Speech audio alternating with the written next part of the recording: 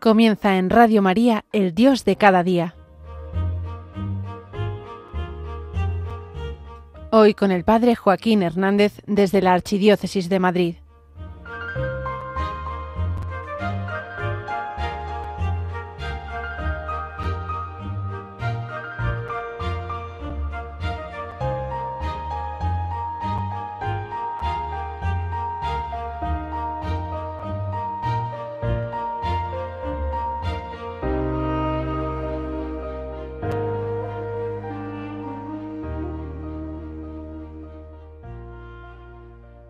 Quiero hablarte de la Sagrada Familia y ya que estamos, cómo lograr que una familia sea realmente una cosa sagrada, es decir, cristiana.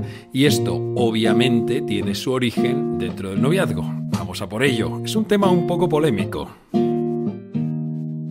Toca despertar y salir de mí y buscar ir más allá. Muy buenos días, yo soy el Padre Joaquín y esto es El Dios de cada día, un programa de Radio María para gente despierta. Y hoy te voy a hablar de temas de fe, espiritualidad y estilo de vida. Bienvenido, bienvenida, estamos en familia. Es poner de moda almas que desmontan. Es pensar y actuar. Un capítulo como este tú lo puedes escuchar en cualquier momento, pero como yo lo estoy grabando en Navidad, ¿por qué no? Te voy a decir ¡Feliz Navidad! Esto es. Y además, ¡feliz fiesta de la Sagrada Familia! Pues porque sí, porque son días muy especiales. María, José, el niño, todo nos inspira, nos llama a lo que sería la Sagrada Familia. Hoy quisiera hablarte de un acontecimiento, de varias cosas. Pero primero desmontemos un mito. Quinto misterio gozoso. ¿Cómo decimos? El niño perdido y hallado en el templo. No sé a quién se le ocurrió poner este título.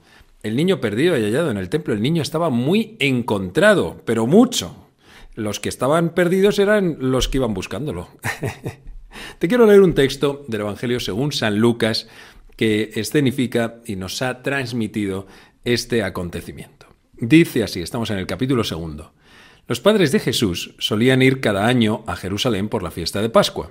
Cuando cumplió 12 años, subieron a la fiesta según la costumbre, y cuando terminó, se volvieron. Pero el niño Jesús se quedó en Jerusalén, sin que lo supieran sus padres. Estos, creyendo que estaba en la caravana, anduvieron el camino de un día, y se pusieron a buscarlo entre los parientes y conocidos. Al no encontrarlo, se volvieron a Jerusalén, buscándolo. Y sucedió que a los 3 días lo encontraron en el templo, sentado en medio de los maestros, escuchándolos y haciéndoles preguntas. Todos los que le oían quedaban asombrados de su talento y de la respuesta que daba. Al verlo, se quedaron atónitos y le dijo su madre: «Hijo, ¿por qué nos has tratado así? Tu padre y yo te buscábamos angustiados». Él les contestó: «¿Por qué me buscabais? ¿No sabíais que yo debía estar en las cosas de mi padre?». Pero ellos no comprendieron lo que les dijo. Él bajó con ellos y se fue a Nazaret, y estaba sujeto a ellos. Su madre conservaba todo esto en su corazón. Y Jesús iba creciendo en sabiduría, en estatura y en gracia ante Dios y ante los hombres.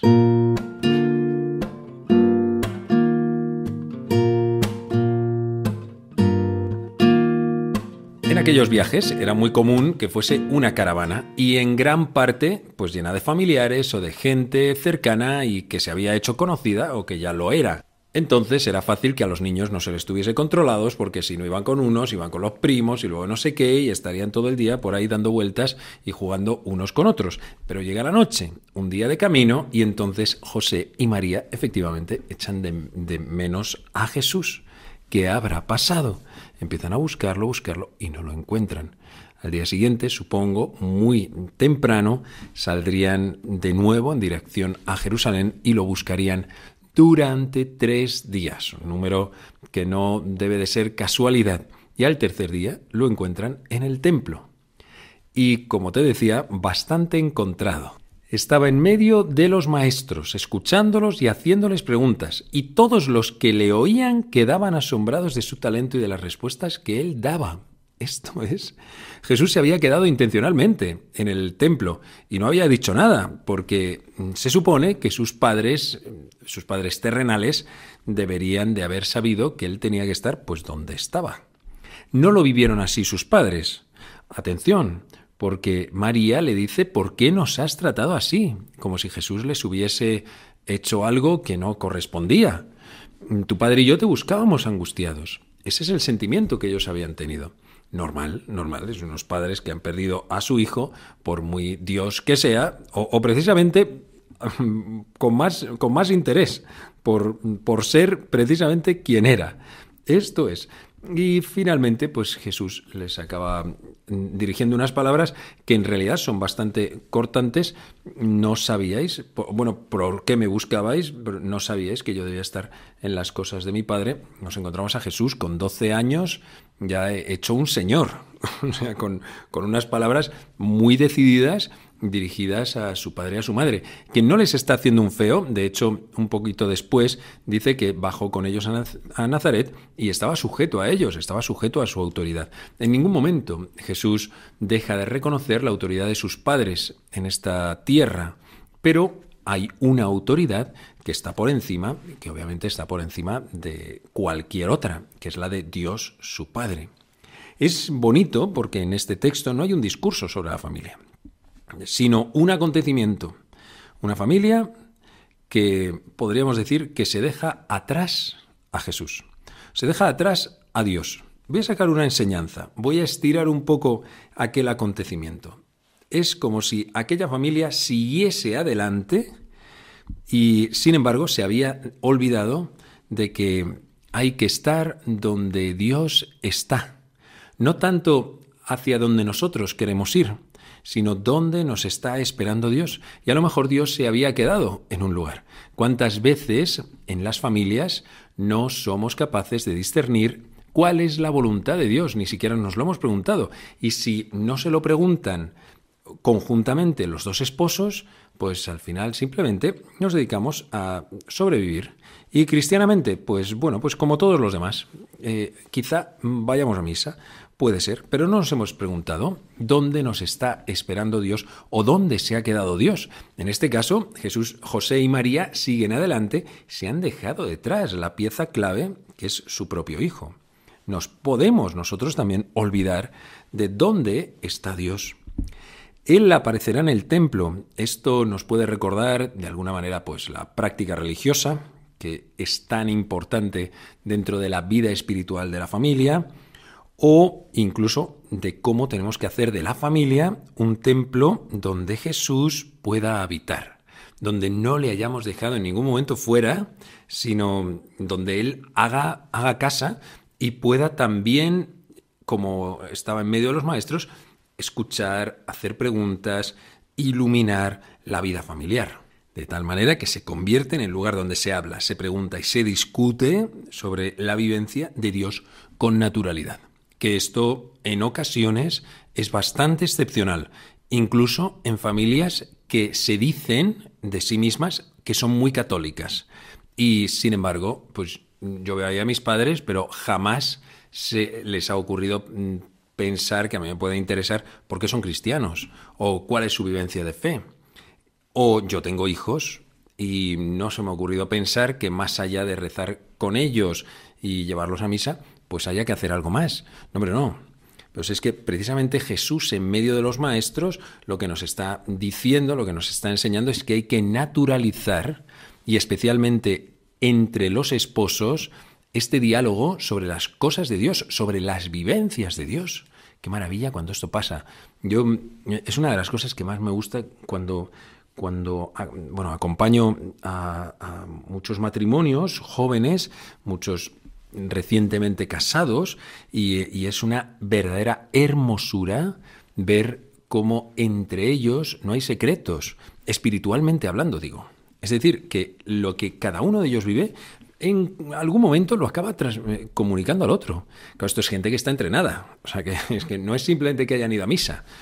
y ya está. No, porque es que, vamos, a un católico de perfil medio simplemente practicante, pues esto, claro, pues le raya. O a lo mejor incluso que haya estado en un simplemente, vamos, que solamente ha ido a un cole muy religioso, familia muy religiosa, muy tal, me caso con otro que también es muy católico, pero no, es que jamás has hablado sobre Dios.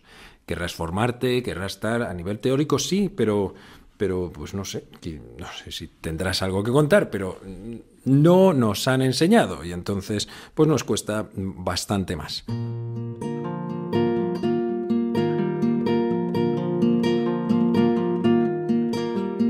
Este episodio evangélico revela la vocación más auténtica y profunda de la familia: acompañar a cada uno de sus componentes en el camino del descubrimiento de Dios y del plan que ha preparado para él. María y José educaron a Jesús, ante todo, con su ejemplo.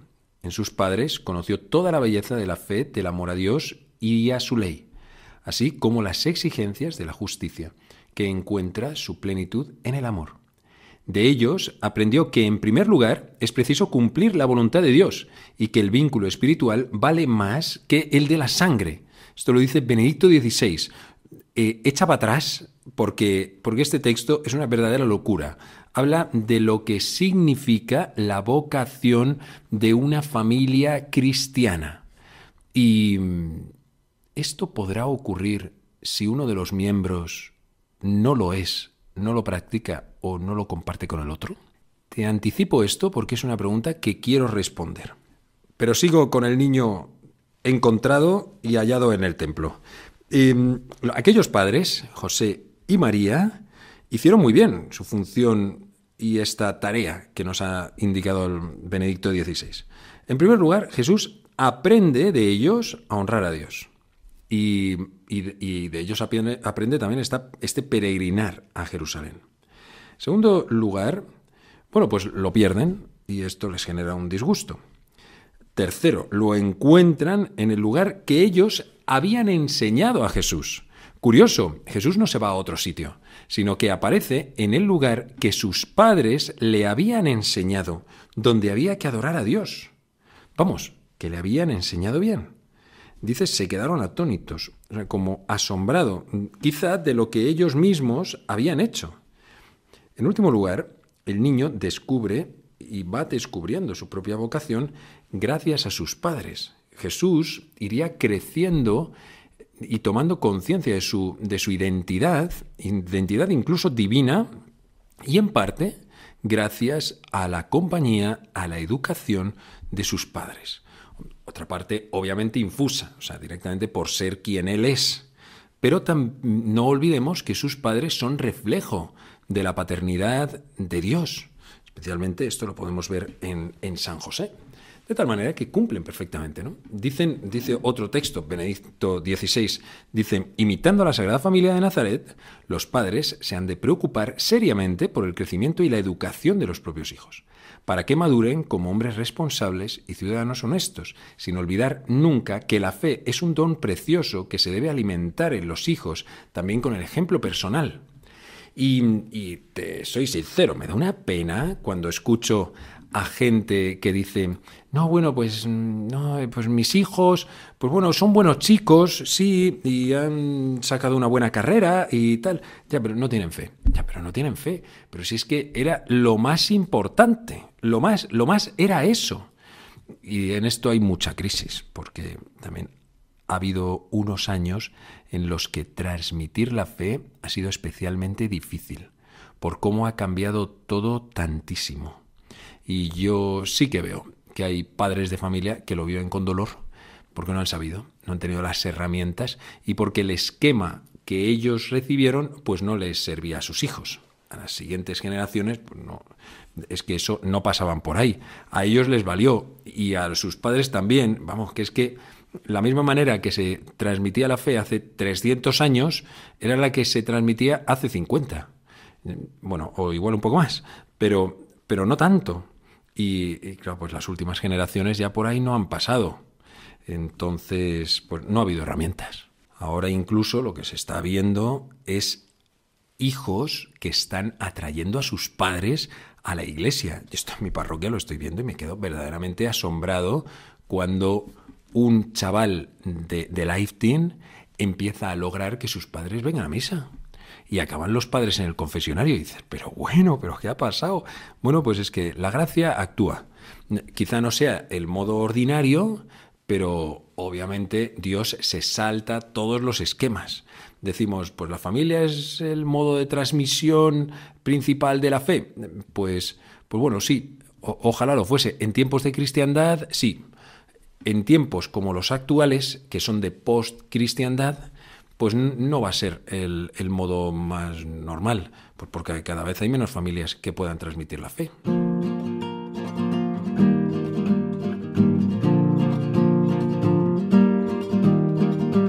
Bueno, y todo esto es muy bonito, pero no siempre se da o se puede dar. ¿Por qué? Pues porque la fe es desigual, o bien porque uno de ellos es creyente y el otro es ateo, o el otro simplemente vive una fe a su manera, según le da un flux, y lo mismo va a misa que no va a misa. Hay veces que nos encontramos con una ruptura muy fuerte. Y quisiera sacar este tema porque no se suele hablar y, sin embargo, luego trae muchísimos quebraderos de cabeza. Mira, un primer facto. Pienso en las abuelas de mi parroquia y abuelas de todas las parroquias del mundo mundial, que llevan toda una vida y siguen viniendo a misas solas, dejando a su marido en casa. Y que además se han visto incapaces de transmitir la fe a sus hijos, porque todos ellos, cuando tenían ya 14 años, le dijeron, mira mamá, gracias, yo me quedo en casa con papá, que en vez de misa me quedo durmiendo o jugando con él a la Play. Y el segundo hecho es que los jóvenes que vienen a misa en su mayoría es porque sus padres les han traído. Cuando es uno de ellos solamente el que lleva a sus hijos a misa, tarde o temprano acabas viendo a ese padre de familia, padre-madre de familia, viniendo solo. Es lo mismo de las abuelitas, pero en versión más actualizada. De todas formas, estas son las consecuencias. No me quiero fijar tanto en la vida familiar porque, sinceramente, sálvese ya quien pueda. Sino antes, en el noviazgo, a la hora de elegir a esa persona o de decir sí o no, y a la hora de discernir y de ponerlo delante de Dios, pues no sé si hemos sido capaces de valorar lo suficientemente este dato, que la otra persona tenga la misma fe que yo estoy dispuesto y quisiera vivir. Es curioso, hay una frase de San Pablo en la segunda carta a los Corintios 6:14 que dice: no os unáis en yugo desigual con los incrédulos. Esto se refiere a cualquier tipo de relación, pero ¿cómo no se va a referir también, o más aún, a las relaciones emocionales afectivas? La idea de no unirse en yugo desigual viene directamente del trabajo del campo. Si dos animales son incompatibles en fuerza, o uno tira más o el otro, pero comparten el mismo yugo, pues entonces continuamente uno va a estar trabajando en contra del otro y el otro tirando a favor de uno. Es mucho mejor, es mucho más fácil, es mucho más sencillo unir animales que tienen una fuerza similar. Por esto se suele utilizar ese término, el yugo desigual. No os unáis en yugo desigual. Y un elemento a valorar, porque, hay veces que en realidad uno es cristiano, pero lo único que tiene es un barniz. Entonces, pues la verdad es que no te importa, porque dices, ya, pero si Dios ama a todos, si Dios respeta, tal, bueno, sí, y es verdad, obviamente, ¿no? Pero si para ti lo más importante como novio o como novia realmente es Dios y está incluso por encima de esa otra persona, entonces piensa, valora que el resto de tu vida, a no ser que un milagro lo resuelva, no vas a poder compartir eso con la persona con la que te vinculas. Muy claro, tienes que tener que esa persona te la ha entregado Dios y para que la acompañes hasta el cielo, que tiene mucho que ver o que es también parte de esa vocación matrimonial. Ojo, porque alguien podría decirme, mire padre, pues a mí resulta que mi novio, mi novia, pues se ha convertido y ahora no sé qué. Y, bueno, pues sí es cierto, existen excepciones. Pero considerémoslo así, como milagros son esos, son excepciones. Podríamos dejar fuera la casuística de los milagros, que ciertamente que digo que existen, pero sí los veo y digo gloria a Dios y menos mal, porque me encontraría con una persona que es adorable espiritualmente y que va a pasarse el resto de sus días pues arrastrándose. Y es que si no ocurre este cambio en la otra persona, entonces no caminan juntos en la fe y no se cumplirá la vocación para la que Dios fundó ese matrimonio, que era que fuesen sal y que fuesen luz para el mundo. O por lo menos su vocación estará disminuida. Que a lo mejor dices, bueno, pues yo me consagro a que esta persona llegue al cielo. Cierto, y qué bien. Y quizá Dios te haya pedido eso y vaya a ser tu misión dentro del matrimonio. Pero tu familia no va a cumplir ese fin, que por supuesto es el que estaba implícito dentro de toda la ceremonia matrimonial que hiciste dentro de la Iglesia.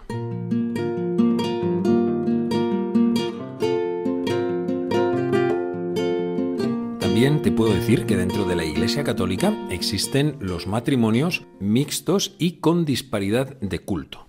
Es decir, con otras religiones o con otros modos de vivir la fe cristiana. Quiere decir que no está prohibido. Es cierto que ponen este matrimonio, si se hace por la Iglesia Católica, pone una serie de condiciones a la parte no católica.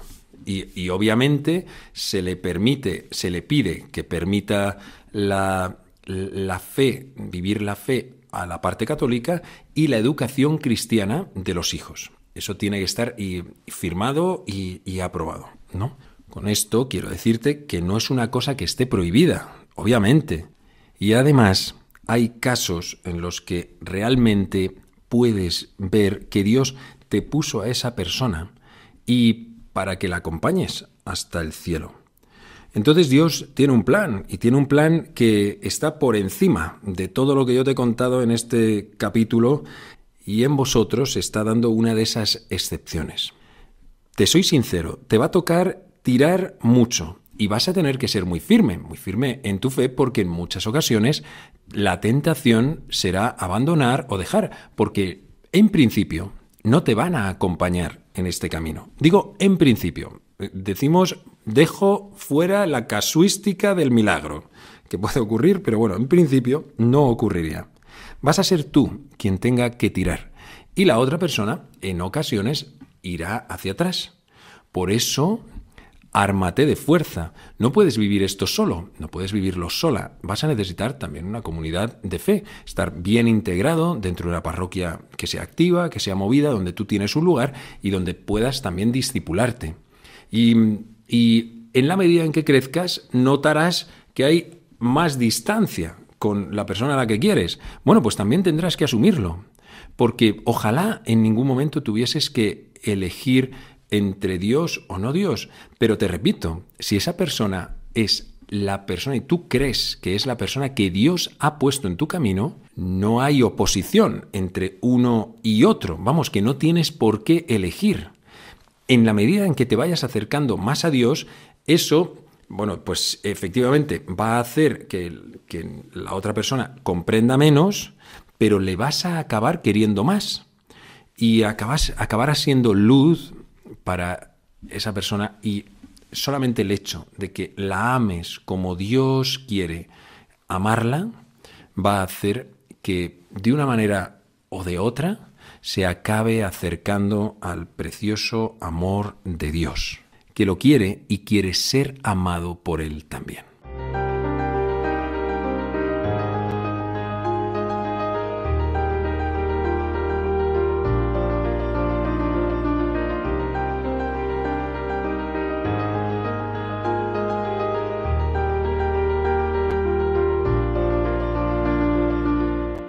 Así finaliza en Radio María, El Dios de cada día.